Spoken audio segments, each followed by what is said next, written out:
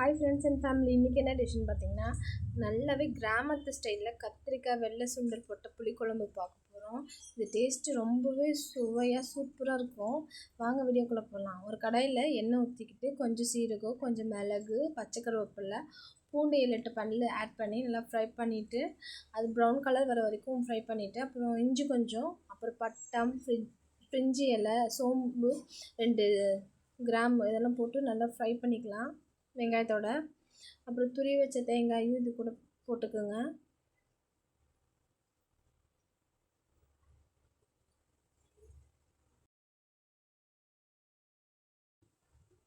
அப்புறம் மசாலாலாம் ஆட் பண்ணிக்கலாம். கொத்தமல்லி தூள் இருக்குங்க இல்லையா, அது 1/2 டீஸ்பூன் அளவுக்கு சேர்த்திக்கோங்க.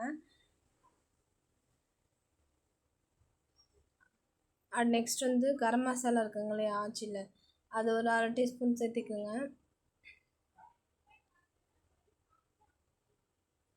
நெக்ஸ்ட் வந்து காஷ்மீரி மிளகாத்தூள் இருக்குங்க இல்லையா, அது 1 ஸ்பூன் சேர்த்துக்கோங்க. நான் வந்து குட்டி ஸ்பூனில் அளவு எடுத்திருக்கேன், 1 ஸ்பூன் சேர்த்துட்டா போதும். அப்புறம் வீட்டில் அரைச்சி வச்ச மிளகாத்தூள் இருக்குங்க இல்லையா, குழம்புக்கு போடுங்க, அது 2 ஸ்பூன் சேர்த்துக்கோங்க. மசாலாலாம் ஆட் பண்ணிவிட்டு நல்லா கொஞ்சம் கலந்து விட்டு ஃப்ரை பண்ணிக்கோங்க. அடுப்பு வந்து கொஞ்சம் சிம்மில் வச்சு மசாலா போட்டதுக்கப்புறம் ஃப்ரை பண்ணுங்கள், ஏன்னா மசாலாலாம் ரொம்ப தீஞ்சிடும். ஃப்ரை பண்ணி எடுத்து மசாலாலாம் நல்லா ஆற வச்சுருங்க. நல்லா ஆற வச்சு எடுத்துகிட்டு ஒரு மிக்ஸி ஜாரில் போட்டு இந்த மாதிரி அரைச்சி எடுத்துக்கோங்க. அடுத்து கடாயை வச்சுக்கிட்டு அதில் எண்ணெய் ஊற்றிட்டோம், கடுகு கொஞ்சம் போட்டுக்கிட்டு கருவேப்பிலை, பெரிய வெங்காயம் போட்டு வதக்கிக்கோங்க.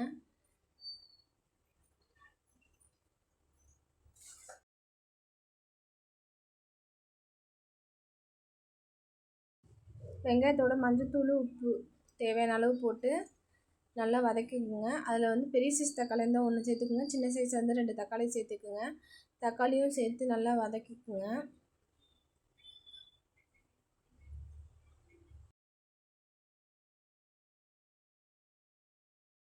தக்காளி இந்த மாதிரி நல்லா வதங்கினதுக்கப்புறம் நம்ம கழுவி வச்சுருக்க 5-6 கத்திரிக்காய் வந்து நல்லா கழுவி வாஷ் பண்ணி வச்சுருக்கோம், அதையும் சேர்த்துக்குங்க.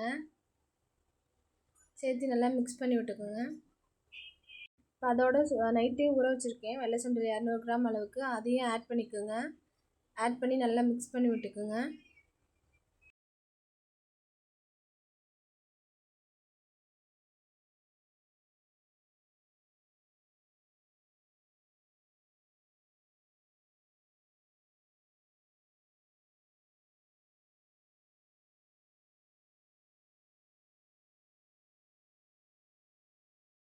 இப்போ கத்திரிக்காய் சுண்டலும் நல்லா கொஞ்சம் ஓரளவுக்கு வெந்துருச்சு. இப்போ நம்ம அரைச்சி வச்ச அந்த பேஸ்ட்டை சேர்த்துக்கலாம். அந்த அரைச்சி வச்ச அந்த விழுதை சேர்த்துட்டு நல்லா மிக்ஸ் பண்ணி விட்டுக்கோங்க.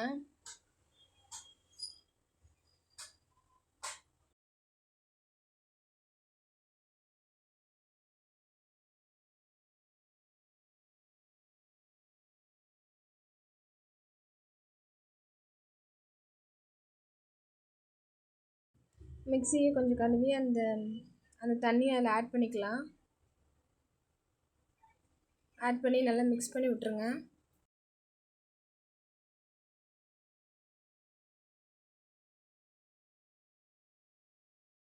நல்லா மிக்ஸ் பண்ணி விட்டதுக்கப்புறம் தேவையான அளவு தண்ணி சேர்த்து நல்லா மிக்ஸ் பண்ணி விடுங்க.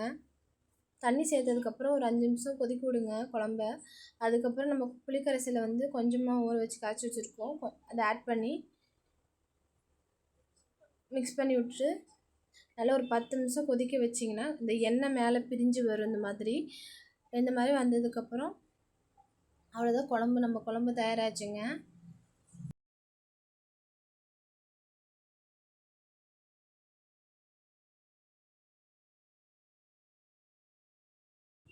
இப்போ குழம்பு நல்லாவே தயாராச்சு. கத்திரிக்காய் சுண்டல்லாம் நல்லா வெந்துருச்சு. வாங்க சாப்பிடலாம். நல்லாவே அருமையாக சூப்பராக இருக்கும். கண்டிப்பாக நீங்களும் ட்ரை பண்ணி பாருங்கள். சாதம், சப்பாத்தி இதுக்கெல்லாம் தொட்டு சாப்பிட்லாம். ரொம்பவே டேஸ்ட்டு சூப்பராக இருந்துச்சு. நீங்களும் ட்ரை பண்ணி பாருங்கள். ட்ரை பண்ணிவிட்டு கமெண்டில் சொல்லுங்கள். நம்ம சேனலை வந்து சப்போர்ட் பண்ணுங்கள். புதுசாக பார்க்குறவங்களா இருந்தால் லைக் பண்ணி, ஷேர் பண்ணி, சப்ஸ்கிரைப் பண்ணுங்கள். நெக்ஸ்ட் வீடியோவில் பார்க்கலாம். Bye bye.